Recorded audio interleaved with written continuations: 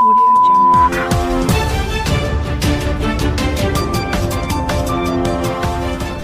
नमस्कार, ये रेडियो वर्षा है। अब आप पल्लव से वर्षा टाइम्स सुनिए।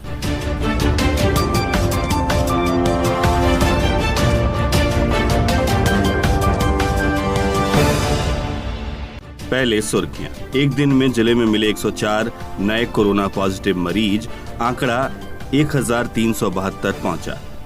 बाढ़ पीड़ितों के लिए भेजे गए 13,62,24,000 रुपए और एक मीट व्यापारी को लाठी डंडे से मारपीट कर की गई उसकी हत्या। अब वर्षा टाइम्स विस्तार से। जिले में कोरोना का दायरा लगातार बढ़ता जा रहा है और संकट गहराता जा रहा है। एक दिन में 104 नए पॉजिटिव मरीज पाए गए हैं, जिससे कुल मरीजों का आंकड़ा 1372 पहुंच गया है, जबकि 2 मरीजों की मौत हो चुकी है। अब तक 839 स्वस्थ होकर घर लौट चुके हैं। पोरे में आशा कर्मी का पूरा परिवार संक्रमित पाया गया। परिवार के 6 सदस्य कोरोना पॉजिटिव पाए गए हैं। पॉजिटिव मरीजों को होम आइसोलेशन में रखा गया है। उधर थावे में लगातार लॉकडाउन का उल्लंघन किया जा रहा है। हमारे थावे संवाददाता गौतम कुमार ने जानकारी दी कि थावे बाजार सहित अन्य बाजारों में लॉकडाउन में छूट मिलने के बाद लॉकडाउन की धज्जियां उड़ाई जा रही है। जिला प्रशासन की ओर से आदेश में कहा गया है कि शारीरिक दूरी के पालन के लिए दुकानों के आगे निश्चित दूरी पर सफेद पेंट से गोलाकार घेरा बनाना है, ताकि ग्राहक एक दूसरे से शारीरिक दूरी बनाकर खरीदारी कर सकें। लेकिन अधिकांश दुकानदारों द्वारा इस नियम का पालन नहीं किया जाता है, जबकि सभी दुकानों को सुबह 10 बजे से लेकर शाम 4 बजे तक खोलने का निर्देश दिया गया है। इसके बावजूद भी नियम का उल्लंघन करते हुए सभी दुकानें सुबह 7 बजे खुल जाती हैं और देर शाम तक खुली रहती हैं। अधिकांश दुकानदारों और ग्राहकों द्वारा मास्क का इस्तेमाल भी नहीं किया जा रहा है। वहीं थानाध्यक्ष विशाल आनंद ने बताया कि सभी दुकानदारों को 10 बजे से 4 बजे तक दुकान खोलने का निर्देश है। अगर समय से पहले या बाद में दुकान खुली रहती है तो ऐसे दुकान को सील करने की कार्रवाई की जाएगी। दुकान पर मास्क पहनकर सामान बेचने का निर्देश दिया गया है। इसके साथ ही दुकान पर सोशल डिस्टेंसिंग का पालन और सैनिटाइजर इस्तेमाल करने को कहा गया है। सभी ग्राहक भी मास्क एवं सोशल डिस्टेंसिंग का पालन करेंगे। नियम का पालन नहीं करने वालों पर कानूनी कार्रवाई की जाएगी।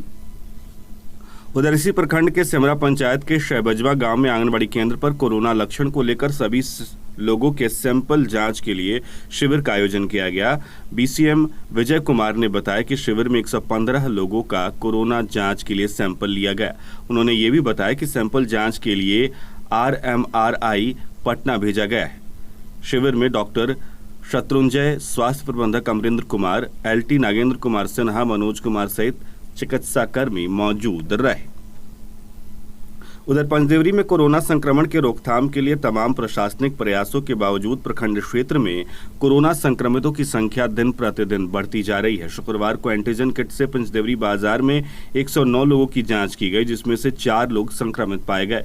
PHC प्रबंधक रोहित कुमार के अनुसार पंचदेवरी स्टेट बैंक के एक कर्मी, एक किराना दुकानदार और एक रेडीमेड दुकानदार और एक सब्जी व्यापारी भी पॉजिटिव पाया गया है। प्रखंड में कोरोना संक्रमितों की संख्या 20 हो गई है। प्राथमिक स्वास्थ्य केंद्र के प्रभारी उपेंद्र प्रसाद ने बताया कि कोरोना संक्रमितों को हथुआ आइसोलेशन सेंटर पे भेजा जाएगा। इधर संक्रमित मरीजों के मिलने के बाद अंचल पदाधिकारी ने कोरोना संक्रमित मरीजों के गांव को कंटेनमेंट जोन घोषित करने की कार्रवाई शुरू कर दी है। CO अफजल हुसैन ने बताया कि स्वास्थ्य विभाग से मिली जानकारी के अनुसार 4 संक्रमित मरीज पाए गए हैं। चारों मरीजों के गाँव को कंटेनमेंट जोन घोषित किया गया है। साथ ही मुख्य बाजार को भी कंटेनमेंट जोन घोषित किया जाएगा। इस दौरान दुकानें बंद रहेंगी। पंचदेवरी बाजार में अभियान के तहत BDO Manish Kumar Srivastava, PO Anil Kumar Singh, BCO Deepu Kumar, picket प्रभारी सुनील कुमार पुलिस बल के साथ फ्लैग मार्च कर लोगों को घर में रहने की अपील कर रहे हैं। गोपालगंज में बाढ़ पीड़ितों के बीच भेजे गए आपदा राहत के तहत 13,62,24,000 रुपए बाढ़ प्रभावित 22,704 परिवारों के बीच इस राशि का वितरण किया जाएगा। सदर SDM उपेंद्र कुमार पाल ने जानकारी देते हुए बताया कि बैकुंठपुर में 7,692, बरौली में 5,536, गोपालगंज में 2,281, माजागढ़ में 5,252, सिधवलिया में 1,843, कुल 22,704 परिवारों को अनुदान मिलेगा। पानी में डूबे एक युवक का शव दूसरे दिन बरामद कर लिया गया। स्थानीय लोगों की मदद से पानी से इसे बाहर निकाला गया। कल बैकुंठपुर के चिउटहा में राशन लाने के दौरान दो भाई पानी में डूबकर लापता हो गए थे। दूसरे युवक की तलाश की जा रही थी। मौके पर एसडीएम ने पहुंचकर मामले का जायजा लिया है। मृतकों के परिजनों से मिलने के लिए भाजपा विधायक मिथिलेश तिवारी भी पहुंचे। माझागढ़ संवाददाता सुधीश प्रसाद श्रीवास्तव ने जानकारी दी कि माझा प्रखंड अंतर्गत आंगनबाड़ी केंद्रों पर गर्भवती महिलाओं को बुलाकर गोद भराई का रस्म निभाया गया। महिलाओं ने कई जानकारियां भी हासिल की। सेविकाओं ने महिलाओं को बताया कि गर्भावस्था के वक्त समय समय पर जांच कराते रहना उचित होता है। स्वस्थ रहने के लिए हरी साग सब्जी और फल का सेवन करना चाहिए। खून की कमी से एनीमिया होने की संभावना बनी रहती है, जिससे बचाव हेतु खून की कमी ना हो, इसलिए लगातार 120 दिन तक एक टिकिया आयरन की गोली लेनी चाहिए। वहीं दूसरी तरफ सेविकाओं ने बताया कि गोद भराई हेतु विभाग के द्वारा राशि उपलब्ध नहीं कराई गई है। उधार गोद भराई कराया जा रहा है। आखिर कब तक उधार में गोद भराई की जाएगी? गोद भराई के लिए विभाग के द्वारा राशि उपलब्ध कराने के बाद गोद भराई का कार्यक्रम चलना चाहिए। उधर हिंद शांति सेना के राष्ट्रीय अध्यक्ष डॉक्टर सत्येंद्र कुमार पटेल ने जिलाधिकारी गोपालगंज व सिविल सर्जन गोपालगंज को पत्र लिखकर गोपालगंज नगर के पास छवई NH-28 के उत्तर में अवस्थित भूमि पर मेडिकल कॉलेज स्थापना की मांग की है। अपने आवेदन में डॉक्टर पटेल ने कहा है कि गोपालगंज जिले में लगभग 30 लाख की आबादी के कारण आए दिन कोई न कोई दुर्घटना होती रहती है। पीड़ित व्यक्ति जब अपने मेडिकल के लिए गोपालगंज सदर अस्पताल जाता है तो सदर अस्पताल में इलाज और सुविधाओं के अभाव में उसे बेहतर चिकित्सा हेतु पटना या गोरखपुर, बनारस, लखनऊ का रास्ता देखना पड़ता है। कई मरीज तो रेफर के दरमियान ही अपना दम तोड़ देते हैं। गोपालगंज में प्रतिवर्ष हजारों लोग गोपालगंज जिले में बेहतरीन मेडिकल सुविधा नहीं मिलने के कारण काल के गाल में समा जा रहे हैं। डॉक्टर सत्येंद्र कुमार पटेल ने अपने आवेदन मांग पत्र में कहा है कि गोपालगंज जिले के छवई गांव के NH-28 के उत्तर दिशा में काफी मात्रा में मेडिकल कॉलेज के लिए भूमि उपलब्ध है। सरकार उक्त भूमि को अधिग्रहित कर मेडिकल कॉलेज की स्थापना करे। मेडिकल कॉलेज के निर्माण हेतु जिलाधिकारी से प्रस्ताव भेजने का आग्रह भी किया गया है। सिद्धवलिया स्थानीय थाना क्षेत्र के बिशनपुरा बाजार में एक मीट विक्रेता की लाठी डंडे से मारपीट कर हत्या कर दी गई। मृतक का नाम क्यामुद्दीन मियां है। घटना शुक्रवार की शाम की है। घटना के संबंध में बताया जाता है कि मीट विक्रेता क्यामुद्दीन मियां बिशनपुरा बाजार में मीट काटने के लिए बांस गाड़ रहा था। इसी दौरान दूसरे मीट विक्रेता से बांस गाड़ने का विरोध करते हुए विवाद हो गया।